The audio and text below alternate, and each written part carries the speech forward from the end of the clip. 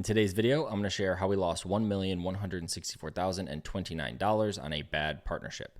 I'm going to share why we got in the partnership in the first place, why we kept it going when it was bleeding, the money in, money out exact accounting, the funnel and where it was breaking down, and our plan going forward with this partnership and partnerships alike. All right. Last year, we did $30 million in cash collected in our women's fitness coaching business, and I share everything on this channel, no BS, no fluff, to show what failed, what worked, and what we are actively doing to scale to $100 million a year, all with the goal of finding top talent, opportunities, and building a network of people doing the same. All right, so let's get into it. So first things first, why we even did this. This entire thing was LTV focused, all right? So to add value to the customer and to increase the customer experience. So like I said, women's fitness business that right now, all we sell is a $7,200 a year annual coaching program. So the only way that we make more money is them to renew and buy more, okay? And Hormozi has a ton of really good videos about this. But basically with the focus on LTV, you can have other things you sell them, right? Is the simplest way to say this. It's either sell them more or you sell them other things, okay? Now, for us, we didn't want to do the focus on starting up a supplement company from scratch and doing that on the side as a second business or inside of this business. And we didn't want to lose the focus on the main business. So like I said, Hormozi videos are really good about this if you want to look at deeper into this. But finding a solid partnership where another company has your ideal customer profile as the exact same and they will buy the same things is huge. So we found a company that does supplements and like testing kits. So essentially the customer gets sent a test kit in the mail. They do swabs and stuff like that, send the test kit back, gets all the results, get on the phone with somebody from the company to review the results, and then give recommendations to supplements that are essentially the core ones that like everyone should be taking for health, and then the customized and personalized stuff based on their levels of different things. Okay. So for us, the goal of this was to do it for every single purchaser that came through on the back end to increase that customer experience, add the value to have the nutrition and like health side of it covered more, but not start our own supplement company. So initially we had, I believe, 25 to 30% as commissions, and we got it up to 40%.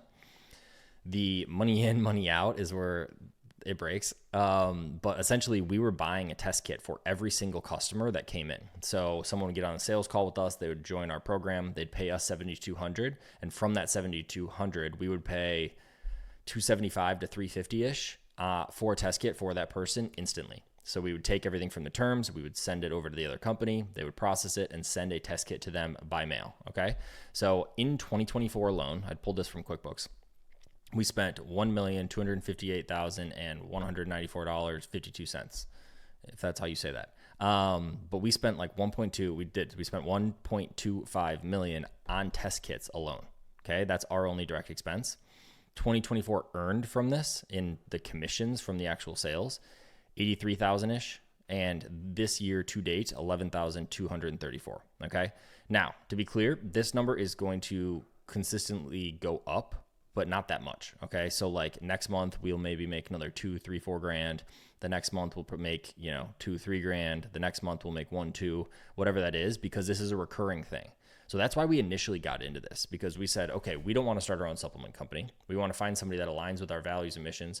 And as a side point, none of this is to say that their company is bad, the products are bad, the business is bad, anything, nor is it to say ours is. It's the combination and how we handled the partnership and how the math backed out, where it just wasn't a good deal for both parties. Well, I mean, it's probably really good for them because they made 1.2 on us, but the value exchange was not there for this to be a good partnership into the future. Okay. So we only made 83K last year on 1.2 in, and that is a breakdown of 40% of the purchases. Okay. And I'll go through the math on the funnel right here, but all of this to say, if we would have done this in-house, it would have been a giant shift in focus, but doing it out of house and not having the numbers dialed and control over the funnel and where the things break down was a huge issue. Okay. So funnel breakdown, I'm actually going to go down here to start. So like I said, right now, someone would buy we're calling this our back-end purchase. So our high ticket program, 7,200, the terms would happen. They would go into our system and begin our program. But for the funnel that is specific to the partnership, the kit would be sent to them. They would complete the registration, which basically means that they would send the kit back, right? They would sign up for an account online. They would register the kit and they would send it back. Then they would attend the call once they get the results in, and then they would purchase the product. Okay. So now across these, on this testing window and what all of this data is based on, is 3,091 kits. Okay. So I have like a full sheet on all this, and this was 6 months ago or so now that this data was from. So to be clear, that's when this entire data window is. 3,091 were sent a test kit, meaning we had 3,091 high ticket purchasers that came into our company that we then sent a test kit and just boom, 250, 300, 350, whatever the number was that we paid on the kit. Okay. Of those that came back and sent their kit back, only 53% did. Okay. So first funnel breakdown issue, that is both on us, that is on the expectations, and that is on that company. Okay. Because we're sending the kit and just passing off the customer clearly did not work. Right. So where can we be in control of that? Our coaches, our back and forth, our communication. Hey, make sure you send your kit. It's like integral for you to start. It's, including your onboard. It's a requirement. We did do a better job of this. And back to why I said like why we kept going when we knew it was bleeding, because it was getting better. It just never backed out. But like it was worse than this, and then it got better than this. And like we kept trying to do that. But in the end, the math overall didn't work. But we started putting things in place, like in our roadmap and onboarding flow, that you needed to register your kit and all the benefits and why you need to get all those answers. But still, only 53%. So on my numbers here, if 1.2 million was spent and 50 of them even registered the kit, we just burned 600 G's before we even started. Right? Like not good. So 600 grand just out just on that alone. The next, how many once sending back the kit got on the call? 70%. Better, still not great. It's like you just took the time to swab and do all the things, and sent your test kit back, but then you didn't get on the call with the actual rep. Now, this was business issues too. Like there was not call availability, calls would get bumped, new reps were getting onboarded because we were pushing in so many to their business. Like that it wasn't optimal. It wasn't optimized for inside their business. So 70% got on a phone call, and then of that unique, about 400 purchased. So then 24% from here. So the breakdown here, 50% issue here in communication, requirements, that's on us, that's on them. How many attended the call after the kit was in there? Again, we can take some responsibility for that. They can as well. And then purchase, this is what happens on that phone call. This one, yes, we kind of can as well, but that's like them and their conversion rates and how they close. So like I said, kits, registration, call completion, purchase, AOV, $140 on a purchase. Okay. So these are recurring buys. And that was why we were like, oh, the math might back out into the future, is this like phantom LTV and MRR number that we based everything on, and it was wrong. And that's why I'm like so keen on data.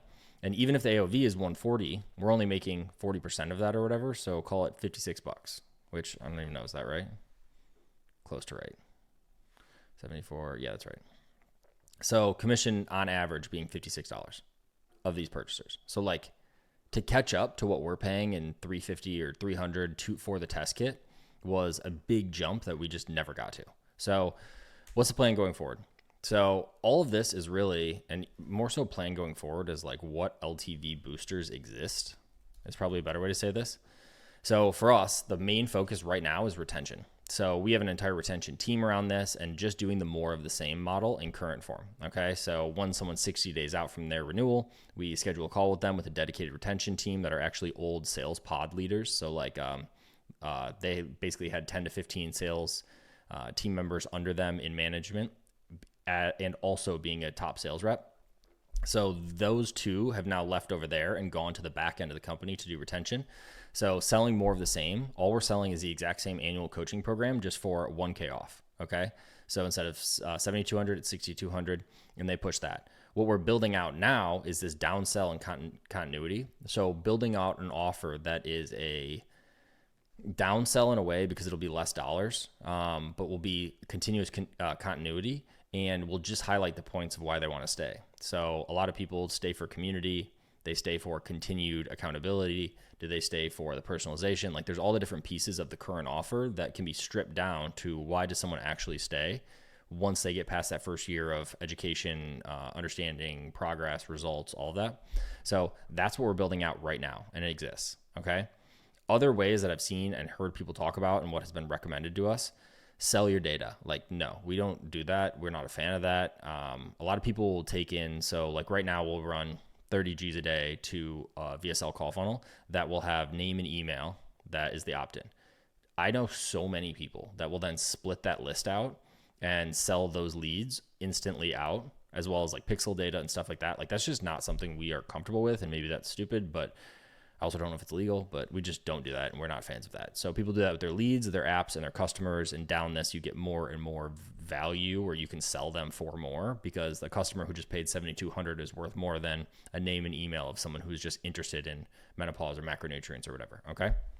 Now, a key thing on here though, that is real and true, is we only sell 1% of our leads. So of our current flow, we'll get 100 leads a day. Only one of those people buy our $7,200 program. So like your math has to back out. And like right now we're struggling with this, and I have other videos of like where we're currently at. We did 30 million last year, but last month we did like 1.6 million, which is terrible. And trying to turn that around. And the way you do that is just making more money per lead, per app, per customer over time against your advertising costs if you have them, right? You could lean more on organic, you can do all these things, but cross-sell partnerships, and this is back to how we would want to do a model like this, but like the right way. So supplements, again, there's a way to do it. Hormozi literally did this in his business model, and I know so many people who do it, where it's almost like a requirement when you join. It's like you're going to need creatine, whey protein, greens, this and that as your baseline. Like you need them. And now for us, we just didn't do this for a long time because we didn't know who had quality enough supplements where it would also make sense in the math.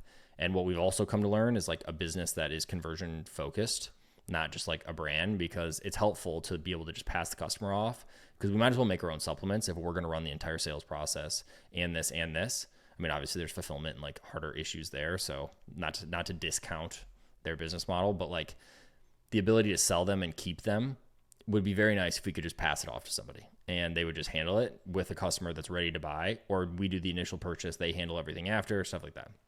Swag, we already did this a little bit, but we just break even on this. But I know a bunch of companies who do this.